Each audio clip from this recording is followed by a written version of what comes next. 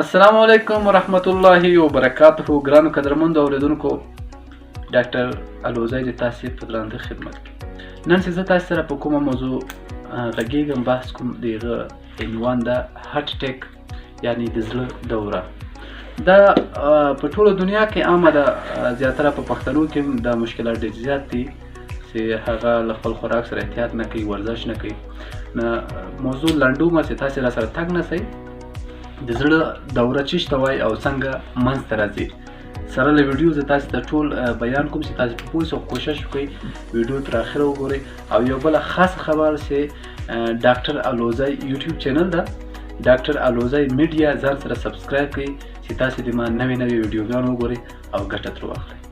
نو راځو دې ته د انسان زړه چې ده په یو ورځ کې 1,04,000 وارې پمپ کوي، یعنی وینه د جسم ټولو حصو ته لیږي.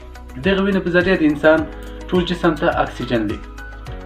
نه دغه زړه چې خپله دومره زیات پمپ کوي، نه هر ماشین چې یو کار کوي نه خپله دته یو انرژي لګي. لکه چې موږ موټر چلو، موټر تیل استعمالوي، یا په خپله د موږ یو داسې نور داسې شیان دي اکسترا شیان چې زه تفصیلي بحث نه پیځم. نو د انسان د زړه داسې ده چې کله دی خپله د انسان جسم ته اکسیجن او اکسیجنیټډ بلډ، هغه وینه چې اکسیجن ولري د جسم حصو ته دی کې خو خپله دی. نو دا اوس ګورو چې زړه په خپله له کوم جنه انرژي اخلي. نور جسم ته خو انرژي دی ورکوي، نو زړه خپله کوم جنه انرژي اخلي. ویډیو تر پایه وګورو. د موږ زړه داسې یو ارګن ده چې له پیدایښت نه شروع تر مرګه پورې کار کوي، او د موږ په جسم کې له یو جنه بل جي ته اکسیجن او وینه سپلای کوي، یعنې وړي. یوه خبر یاد وساتئ چې په هر کال کې 7 میلیونه خلک د زړه له دورې نه، یعنې هارت اټیک نه مړه کېږي، او په دنیا کې زیات مړینه چې کېږي له هارت اټیک او سټروک نه کېږي، یعنې د زړه دوره او فالج نه. د انسان جسم کو غواړي چې انسان کار وکړي، نو دته اکسیجن پکار ده. نو داسې زړه م یو داسې شی ده چې خپله دی اکسیجن ته ضرورت لري. که دته اکسیجن ونه رسېږي دی خپل کردار نسي ادا کوی. نو ظاهره خبره دا ده چې هارت اټیک هلته پیدا کېږي چې زړه ته کله اکسیجن ونه رسېږي. نو د تاسې ذهن کې به اوس دغه سوال لازم راغلی چې آخر دغه د وینې سپلای یا حرکت ولې بندېږي. نو دا ټولو ته معلومات ده چې د انسان جسم ته کوم رګونه وینه لیږي، هغه ته ارټري ویل کېږي. نو د ټول جسم غوندې د موږ زړه ته هم اکسیجنیټډ وینه، یعنې هغه وینه چې اکسیجن ولري په کار ده، ضرورت ورته لري. زړه ته چې کوم ارټري دغه اکسیجنیټډ بلډ، یعنې هغه وینه وړي چې اکسیجن ولري، هغه ته کورنري ارټري ویل کېږي. نو کله چې موږ ډېر غوړ استعمال کوو یا هغه خوراک استعمال کوو چې لیپډ ولري، نو د موږ په دغه کورنري ارټریز کې غوړ جمع کېږي، او سیده د رګ د تنګوالي سبب ګرځي. مطلب د موږ په دغه د زړه په دغه رګ کې چې زړه ته اکسیجن ورکوي بلاکیج پیدا شي، یعنی د رګ د تنګوالي سبب وګرځي. دغه رګ تنګ کې چې په هغه کې د بلاکیج له وجې د وینې حرکت مخ ته صحیح نه ځي، وینه نه سپلای کېږي.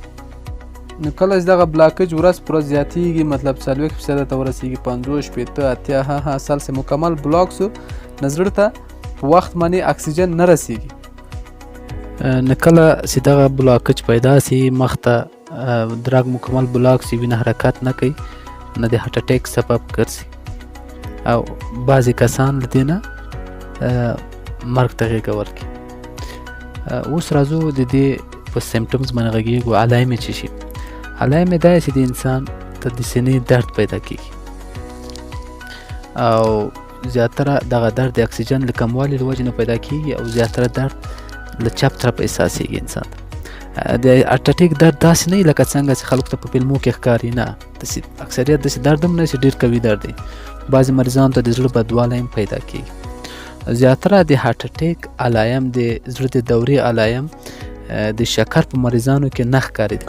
د هارت اټیک په مریضانو کې چې کومه دوا ډاکټران کاروي په وخت ایمرجنسي کې، اسپرین ورکوي او نایټرو ګلیسرین ورکوي.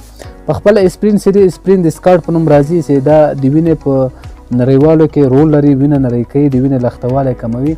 او هایډرو ګلیسرین سری دا د رګ پلمنري آرټري په مابین کې د زړه کوم راګ سره کوم بلاکج پیدا کړی بند دی دیغه مطلب بندواله ختمي خلاصي مالک بیا په ایمرجنسي بخش کې ډاکټران سره د دې ډاینوز کوي تشخیص کوي دغه تشخیص لپاره ډاکټران یو ای سی جی کوي ای سی جی معنی الکتروکارډیوګراف باسي ورته او ګوري چې دغه لامل څه ده د ای سی جی نه علاوه بعضې ډاکټران د وینې معاینات هم کوي چې یودم معلوم کړي چې دغه د هارټ اټیک وجه څه شوه خاص مشکل د څه نه پیدا شوه هارټ اټیک په تداوي کې بعضې ډاکټران د بالون په ذریعه باندې دغه د رګ ازادوالی پیدا کوي چې د وینې حرکات سي په بعضو وجو کې بیا ډاکټران میټل استعمالوي دغه رګ خلاصي او د دې په ذریعه نه د وینې جریان په رګو کې بیرته درست کیږي بیا بعضې ډاکټران څه چل کوي چې په دغسې مشکلاتو کې بایپاس سرجري کوي چې د جسم له ویسې نه یو رګ اخلي